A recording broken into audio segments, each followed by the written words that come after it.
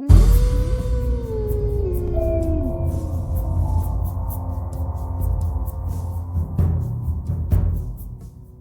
guys, it's Zug and welcome back to another video and another installment of the May Perfect Murders. Today I will discuss The Secret History by Donna Tartt in this video.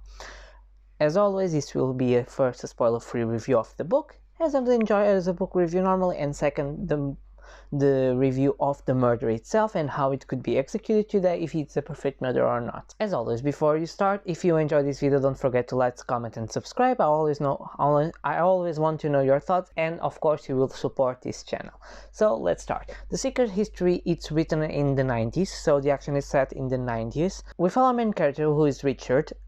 He comes from Plano, I think. It's from the California, and he's telling the story of what happened while he was in college. From the beginning of the book, we know what happened. We know that Bunny died, and we know that Richard and his friends kill him. We know that from the first page. It's what we know in the beginning.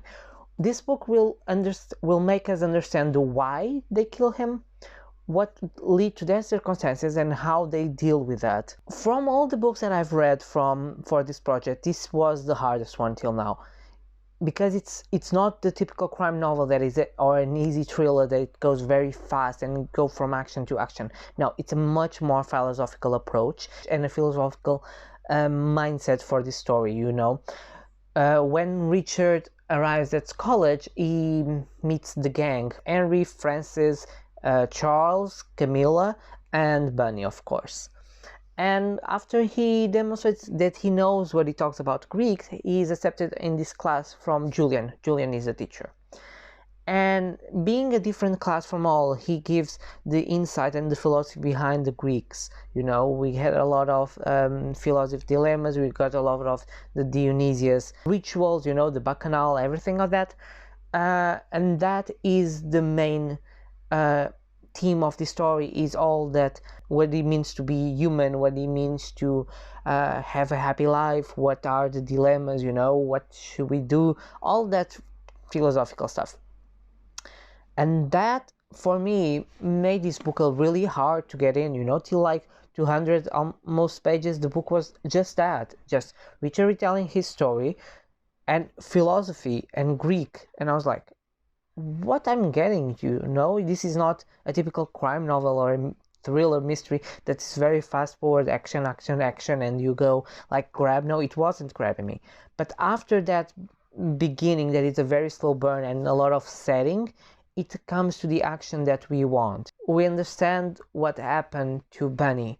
It's basically our main plot is what happened to Bunny. How do they kill him? We know, but we will learn a little bit more of that, and how they live their lives after that. The writing style is very beautiful. It's very well written. I think this is Donna Tartt's first or second novel. She didn't wrote a lot of novels, but this one is like brilliantly written.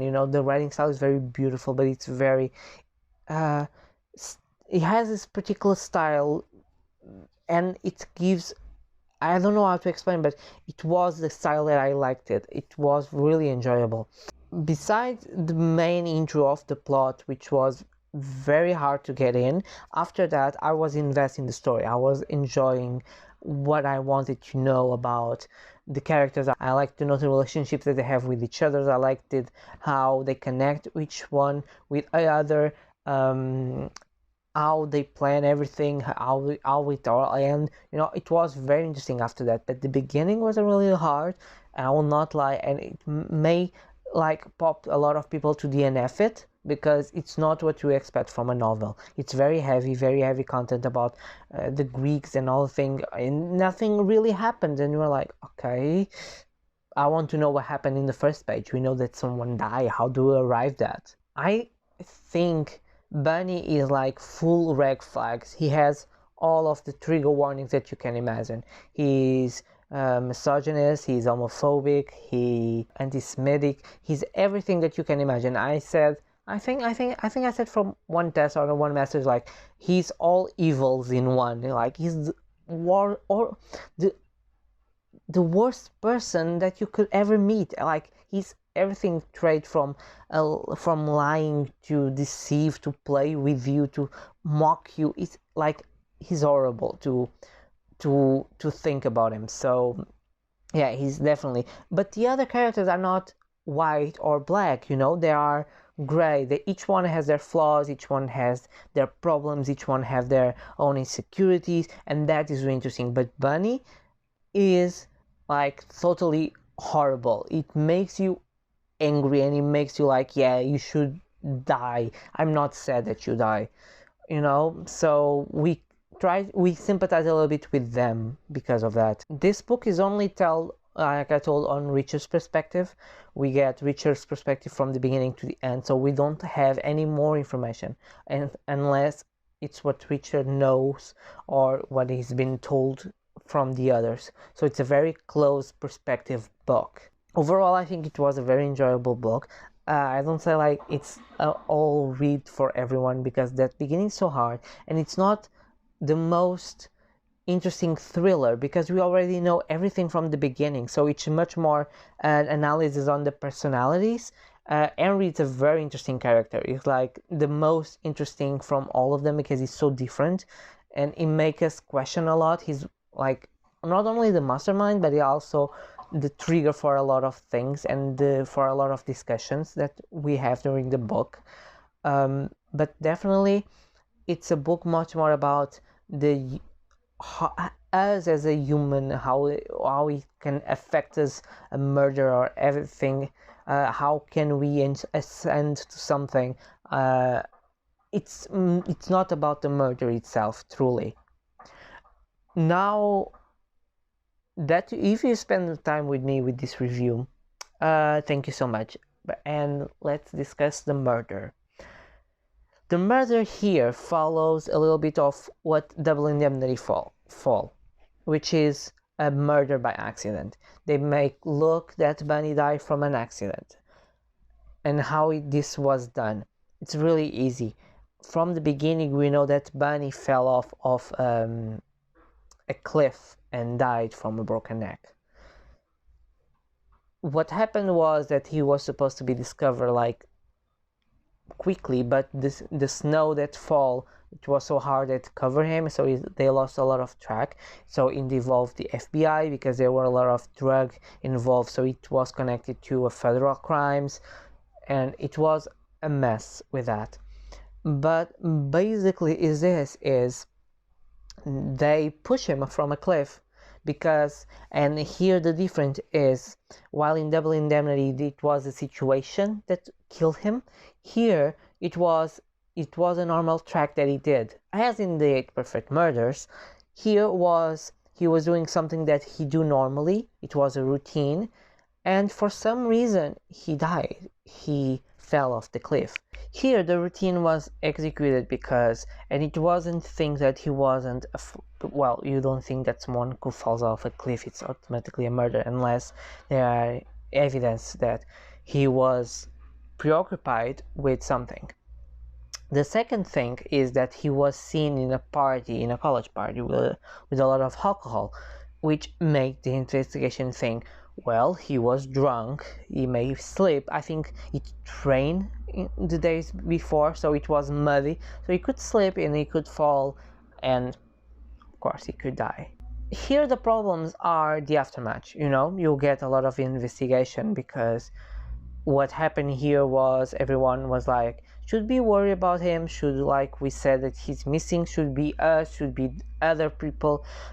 Should we tell what we know? Because then the problem is, although they were friends, they were not totally friends. It was the problem that he didn't know that he was involved, for example, in drugs, or he was trying to get money, or he was connected to someone with drugs, selling drugs, so he could like have another point. But that was the problem here. The problem is not the killing itself, because it's really easy. It was the aftermath, how you can deal with the police, the FBI if it was involved, how you deal with your own grief, because that's one of the problems that some characters have, is that the aftermath, it affects them a lot. It's a lot of pressure, it's a lot of, I cannot get caught, I cannot sleep a little bit. Here Henry planned everything, so he knew exactly how to not leave evidence.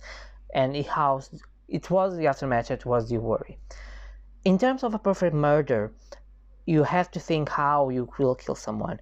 In the 8 Perfect Murders, it was a man that would usually go ride a bicycle every night or every Tuesdays. So and he do always the same circuit, and he was run over with a car, and he died because of that.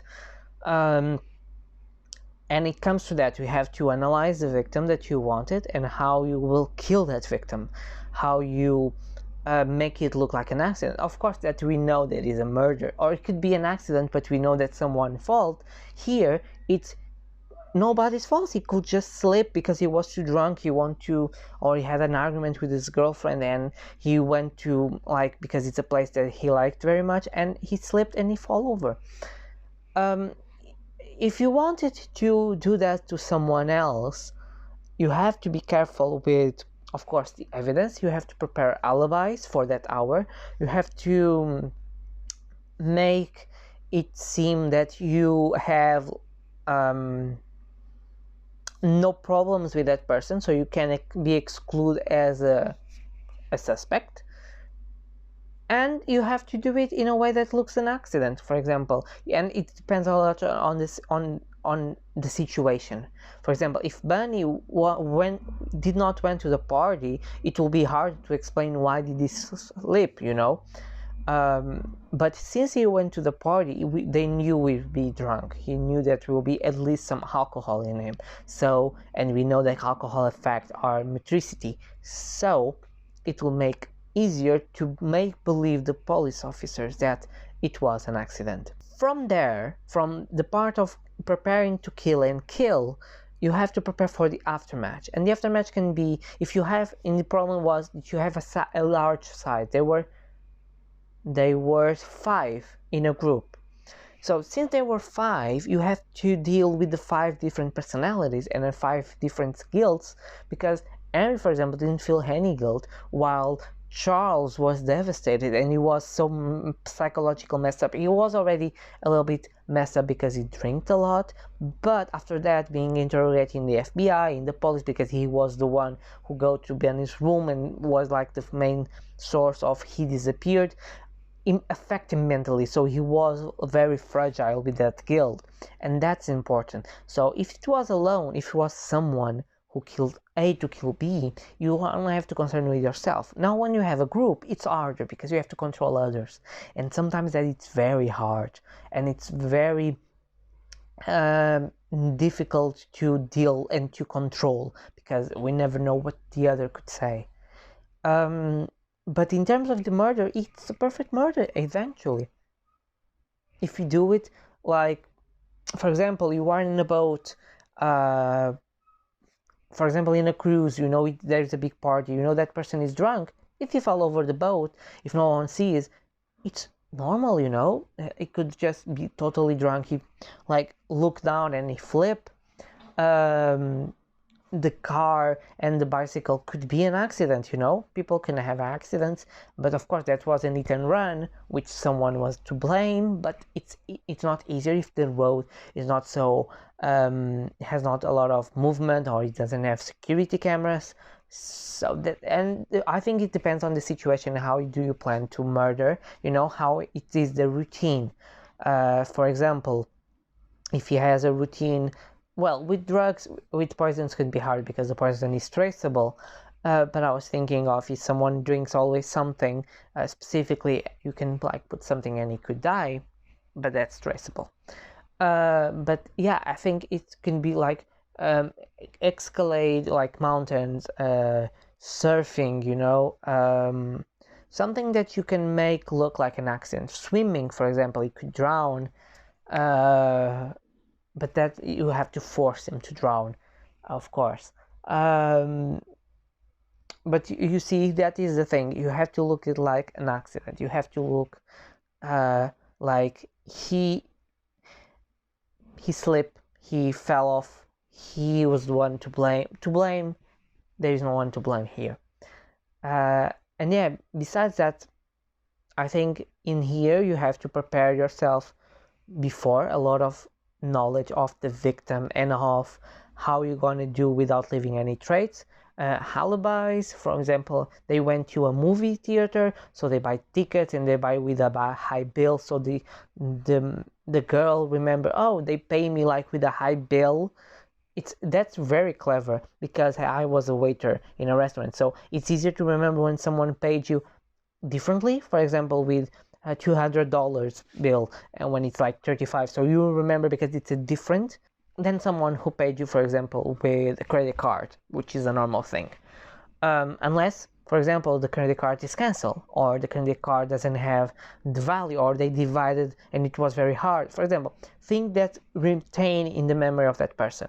So you create an alibi, you go to the murder, you murder him in the way that looks an accident, then you have to prepare for the aftermath. If it's an unknown person, well, you have to have a motive, but if it's a friend, you have to prepare yourself to be investigated, to be called, specifically for parents, for if he's missing, to search parties. So you have to prepare yourself mentally, and you had to prepare a lot of steps of being the interrogation and support that a lot.